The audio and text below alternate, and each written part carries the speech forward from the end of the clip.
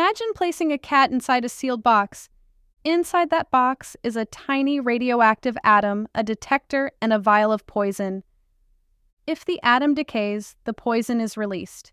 If it doesn't, the cat survives. Now here's the strange part. Until you open the box, quantum mechanics suggests the cat could be both alive and dead at the same time. Sounds ridiculous? That's exactly what physicist Erwin Schrödinger thought. Welcome back! Today we're exploring one of the most famous and misunderstood thought experiments in physics, Schrödinger's cat. A bizarre idea that has challenged our understanding of reality for nearly a century. But to understand the cat, we first need to understand something even stranger: the quantum world. In everyday life, everything feels predictable. Objects have clear, definite states. A light switch is either on or off. A coin is either heads or tails. A cat is either alive or dead. There is no in-between. But in the quantum world, things stop behaving this way.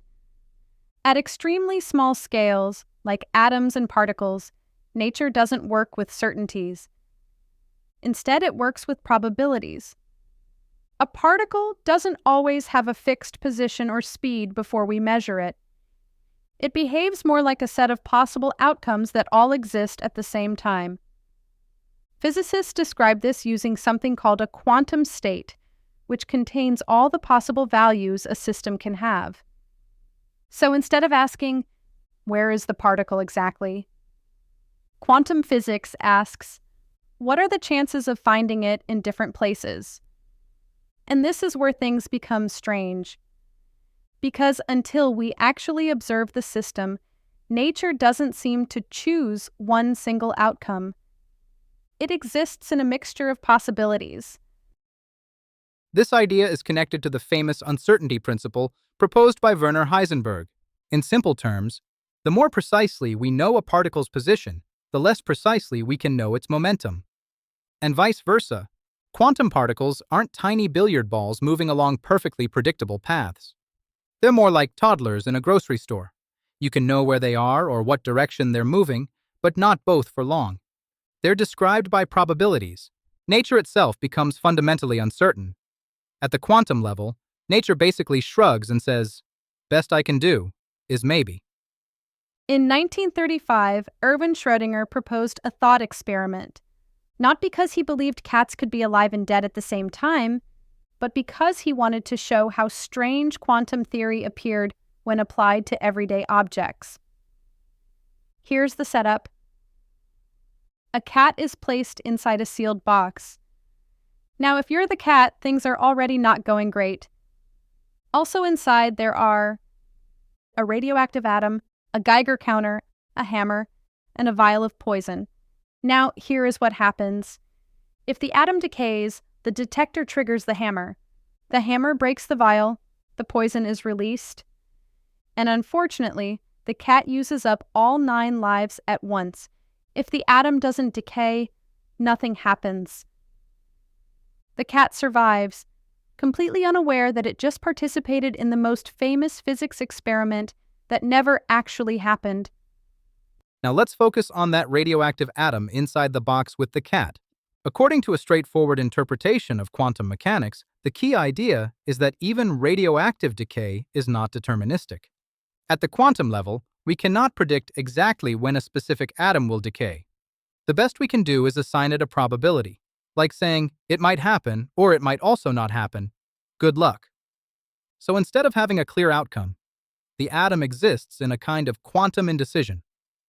It hasn't fully committed to decaying, and it hasn't fully committed to staying intact either.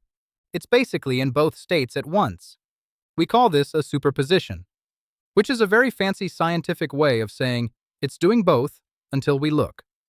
And if the cat's fate depends entirely on that atom, then the cat also inherits that uncertainty. The cat is also in a superposition, alive and dead.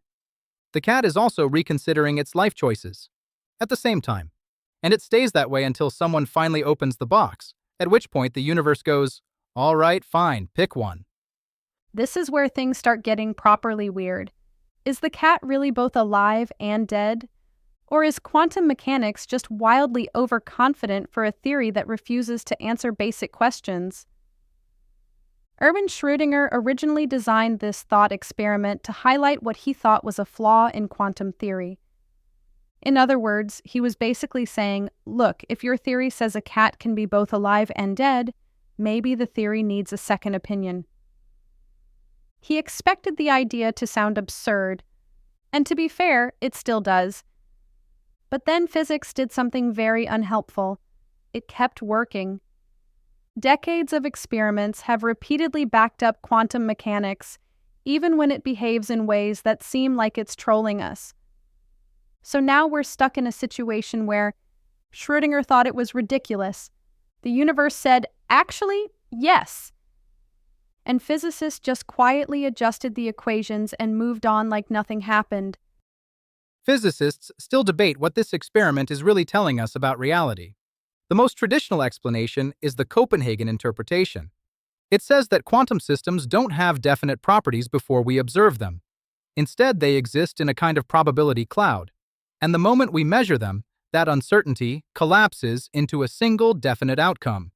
So in this view, when you open the box, the universe finally commits. The cat is either alive or dead. No in-between, no refunds, no customer support. But there is another interpretation, and honestly, it's the one I find the most fascinating.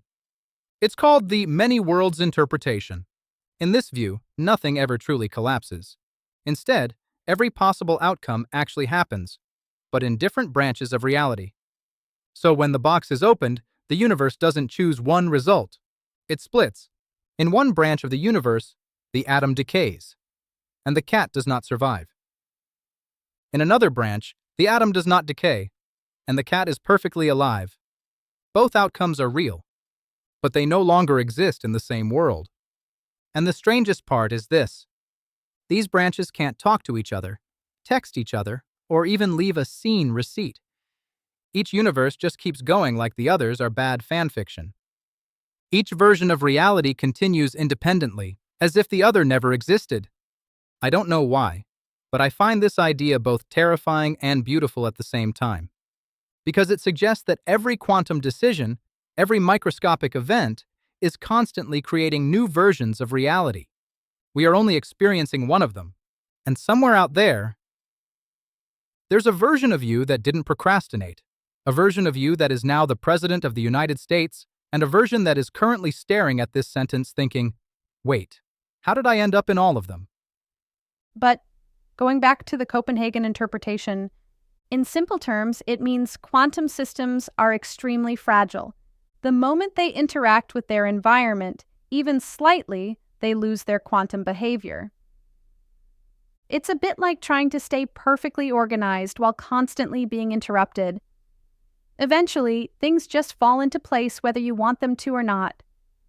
So instead of staying in a superposition, the system quickly becomes something more classical and definite. This is why we never see everyday objects like cats, cars, or people in multiple states at the same time. Because they are constantly interacting with air, light, heat, and everything around them, there's no quiet moment where they can stay uncertain for long enough. So, going to the conclusion, Schrödinger's cat isn't really about a cat, which is good news for the cat, honestly. It's about the nature of reality itself. How does the quantum world connect to the world we experience every day? When does a possibility become a fact? And what role does observation play in the universe? These questions remain some of the deepest mysteries in modern physics.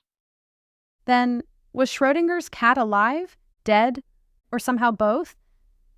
The answer depends on which interpretation of quantum mechanics you believe. And nearly a century later, physicists are still arguing about it. Yes. Still.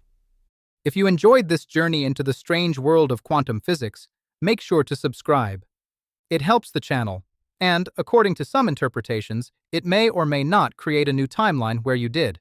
And remember, the universe is often far stranger than science fiction, mostly because science fiction usually tries to make things make sense. See you in the next video.